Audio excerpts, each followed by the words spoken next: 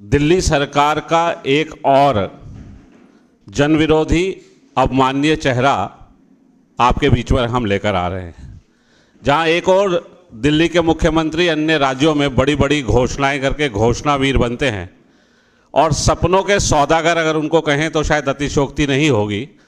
ऐसे सपनों के सौदागर दिल्ली को किस तरीके से बर्बाद कर रहे हैं, ऐसी एक वानगी आप लोगों के बीच में लेकर आज की प्रेस वार्ता में आपके बीच में हमारे दिल्ली के यशस्वी प्रदेश अध्यक्ष आदरणीय अधीश गुप्ता जी हैं। आपके साथ में ही हमारे दिल्ली के नेता प्रतिपक्ष रामवीर विधूड़ी जी हैं।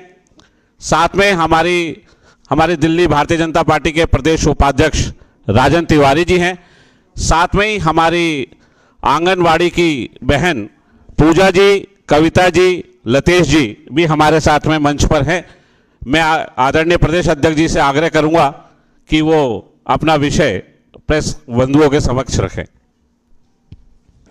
धन्यवाद आदित्य जी। आज बहुत ही महत्वपूर्ण विषय पर प्रेस वार्ता आयोजित है। आदरणीय रामवीर सिंह विधूड़ी जी, श्रीमान राजन तिवारी जी, आदित्य जी और हमारे मीडिया के को कन्वीनर और आंगनबाड़ी की हमारी बहनें यहाँ उपस्थित हैं। बड़े दुख के साथ ये कहना पड़ रहा है कि दिल्ली के बेटा कहते हैं, वो दिल्ली वालों का बेटा अपने आप को कहते हैं। और चुनाव से पहले पंजाब में उन्होंने 1000 रुपये महिलाओं को प्रति माह भत्ता देने की बात कही थी। और दिल्ली में अपने ही राज्य में जहां उनकी 7 वर्षों से सरकार है, वो एक आंगनवाड़ी हमारी कार्यकर्ता हैं, आंगनवाड़ी महिलाएं जो दिल्ली में लगभग 22,000 की संख्या में आंगनवाड़ी काम करते हैं। आंगनवाड़ी और उनके हेल्पर 11,000 आंगनवाड़ी और 11,000 उनके सहायक, ऐसे 22,000 जो काम क्या करते हैं। आप ये सोचिए, आज दिल्ली के अंदर कोई महिला गर्भवती होती है तो जितना एंटीनेटल उनको टीकाकरण है, उनके स्वास्थ्य की जांच है, उनको विटामिन्स मिल रहा है नहीं मिल रहा है, उनको न्यूट्रिशन मिल रहा है नहीं मिल रहा है, उनके स्वास्थ्य की जांच से लेकर आज दिल्ली उनके ऊपर डिपेंडेंस है। उनके ऊपर जिम्मेदारी इतना महत्वपूर्ण काम कर रहे हैं। ऐसी बहनों के प्रति अन्याय और शोषण का काम दिल्ली की सरकार कर रही है।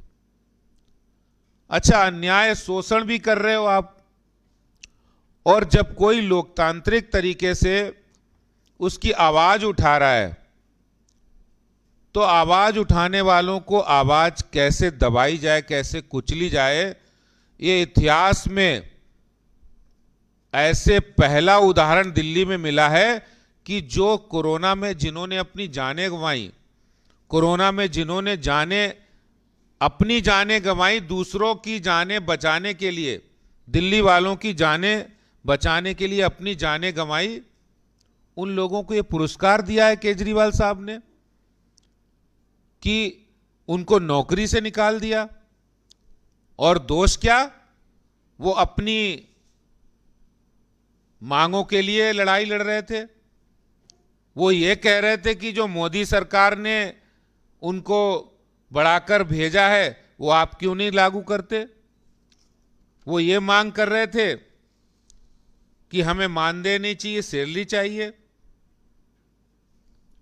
वो ये कह रहे थे कि जो 2017 में मोदी जी ने बढ़ा के दिया है वो आपने क्यों नहीं बढ़ाया। फिर एक बात और है कि आंगनबाड़ी हेल्थ वर्कर्स हैं, वो स्वास्थ्य जांच करते हैं, वो शिशु की स्वास्थ्य जांच करते हैं, मातृत्व की स्वास्थ्य जांच करते हैं, और इनकी बजाय उनको तमाम ऐसे काम, फटीक काम दिए जाते हैं। अब मजबूरी में तुम ऐसे लोगों को जो आंगनवाड़ी स्वास्थ्य जांच करने के लिए नियुक्त हैं, उनको आप दूसरे फटीक काम भी दे रहे हैं। वो काम भी मजबूरी में कर रही हैं वो। लेकिन ये तानाशाही दिल्ली सरकार की कि वो आप काम भी करा रहे हो, पैसे भी नहीं दे रहे हो, मानदेय भी नहीं बढ़ा रहे हो, और जब वो मजबूर होकर किसी लोकतांत्रिक तरीके से वो बहनें धरने पर बैठी हों और फिर उनके खिलाफ आप एक्शन लो, और एक्शन ऐसा नहीं, एक्शन उनकी नौकरी से टर्मिनेशन करना, उनको निकाल देना, ये सरासर मानवीयता मानवता के खिलाफ है, नौकरी के नियमों के खिलाफ है। लोकतंत्र में कोई भी कर्मचारी, कोई भी नागरिक अपनी बात को रखने के लिए लोकतांत्रिक तरीके से वो रख सकता है। मैं आपको बताना चाहता हूं इनका त्याग क्या है। ये जो बहनें, इनमें से कई बहनों की कोरोना काल में डेथ हुई है, जो आंगनवाड़ी में काम करते करते, लोगों की सेवा करते करते डेथ हुई, लेकिन आज तक जो 1 करोड़ रुपए का मुआवजा केजरीवाल साहब ने अनाउंस किया था, वो अभी तक नहीं दिया। दिया क्या? टर्मिनेशन लेटर दिया, उनका अवार्ड दिया है, उनको कोरोना काल में काम किया है उन्होंने। इन आंगनवाड़ी बहनों ने जो काम किया उसका पुरस्कार क्या दिया है? उसका पुरस्कार है टर्मिनेशन। उसका पुरस्कार है उनको नौकरी से निकालना। जो इन्होंने लोगों की सेवा की, दिल्ली की महिलाओं और बच्चों की, उसका दिल्ली सरकार ने पुरस्कार दिया है कि इनके ऊपर एफआईआर दर्ज कराने के फरमान जारी हुए हैं। इसका पुरस्कार दिया है कि ये जो बहनें, महिलाएं काम करती हैं, वो अपनी रोजी रोटी स्वाभिमान के साथ जीने के लिए करती हैं। उनकी रोजी रोटी छीनने का काम केजरीवाल सरकार ने किया है। क्या केजरीवाल सरकार चुनाव से पहले अगर ये काम वो करते, अगर हिम्मत होती तो पंजाब चुनाव से पहले करते? अगर हिम्मत होती तो वो ये पंजाब चुनाव से पहले करके दिखाते। लेकिन अब चुनाव निकल गया, अब वो 5 साल के लिए वहां बन गए हैं, तो यहां उन्होंने ये जुल्म और कायराना कार्रवाई की है। भारतीय जनता पार्टी इसका विरोध करती है। और मैं आज के इस प्रेस कॉन्फ्रेंस से खासतौर से आंगनबाड़ी बहनों और महिलाओं और आशा वर्कर को भी, उनको भी मैं कहना चाहता हूं और ये आश्वासन देना चाहता हूं कि भारतीय जनता पार्टी आपके संघर्ष के साथ खड़ी है, और जब तक आपका टर्मिनेशन वापसी नहीं होगा तब तक ये संघर्ष हमारा जारी रहेगा। और जो लोग बीच में आकर ये कह रहे हैं कि बीजेपी इसमें आ गई है, इसमें पॉलिटिक्स हो रही है, और आप ये पॉलिटिक्स में नहीं आइए, मैं उनको बताना चाहता हूं कि भारतीय जनता पार्टी सड़क पे भी लड़ेगी और कानूनी लड़ाई भी लड़ेगी, और जो अन्याय, जो भेदभाव, जो शोषण और जो कायराना कार्रवाई केजरीवाल सरकार ने की है, उसके खिलाफ हमारा संघर्ष जारी रहेगा। और मैं साथ ही साथ एक बात और कहना चाहता हूं कि आंगनबाड़ी के साथ साथ अभी 23 मार्च को दिल्ली विधानसभा का सत्र शुरू होने वाला है। 23 मार्च को दिल्ली विधानसभा के बाहर हम 10,000 से ज्यादा संख्या का एक प्रचंड प्रदर्शन करने वाले हैं। वो आंगनवाड़ी की समस्या को लेकर हो, आशा वर्कर की मांगों को लेकर हो। दिल्ली के अंदर बहुत सारी समस्याएं हैं, डीटीसी हो, पानी की समस्या हो, बिजली की समस्या हो, इन सब मूलभूत समस्याओं को लेकर, और आंगनवाड़ी आशा वर्कर, गेस्ट टीचर्स, इन सब बातों को लेकर एक बड़ा प्रदर्शन हम 23 मार्च को भी करने वाले हैं। और मैं आंगनवाड़ी आशा वर्कर्स जितनी बहनें हैं उनको मैं आश्वस्त करता हूं कि आपकी लड़ाई में आप अकेले नहीं हैं, बीजेपी पूरी साथ है। और सिर्फ राजनीति के लिए नहीं, आपको आपके हक को दिलाने तक हमारी लड़ाई जारी रहेगी। और मैं यही बात आज आपके बीच कहना चाहता हूं। जो जो कार्रवाई हुई है, जो जो इनके ऊपर जुल्म हुए हैं, उन जुल्मों की सजा आज सरकार को हम दिलाकर रहेंगे। बहुत बहुत धन्यवाद। आप मैं अपने एक और बात मैं कहना चाहता हूं।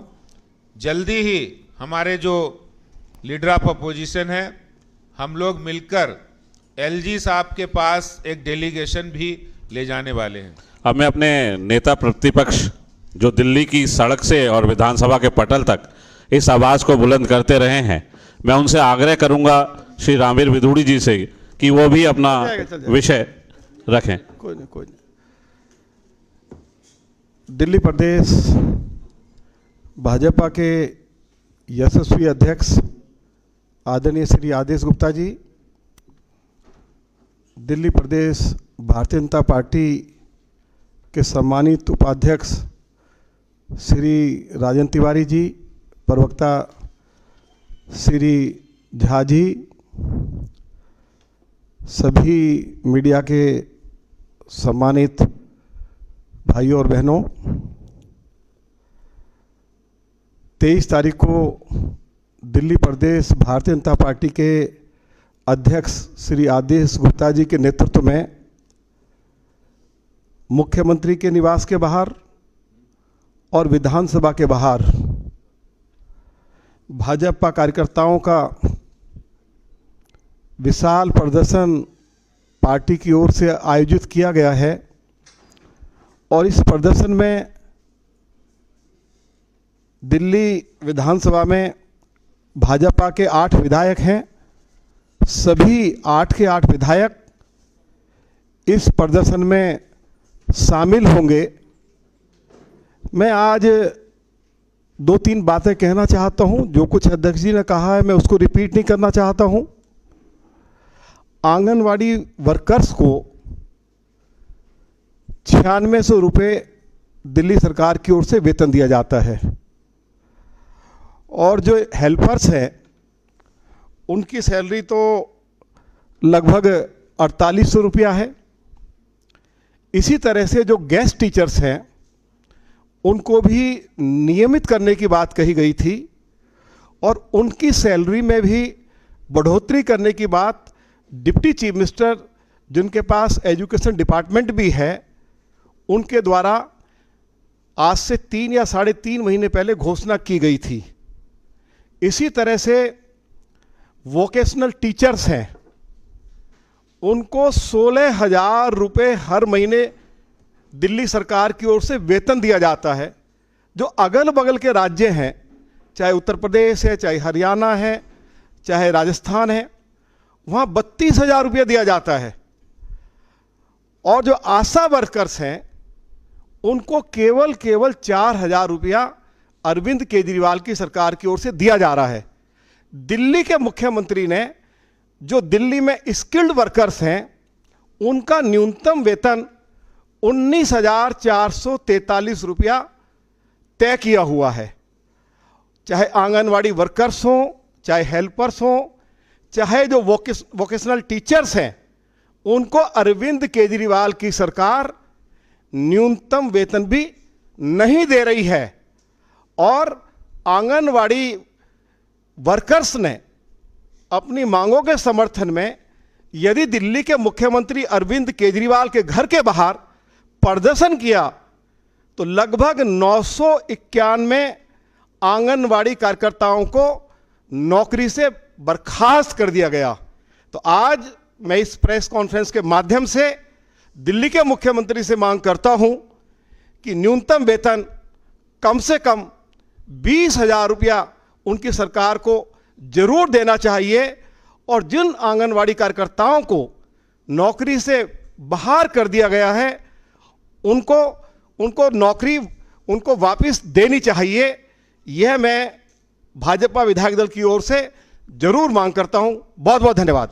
इस विषय से संबंधित अगर कोई प्रश्न है तो पूछ सकते हैं। सर,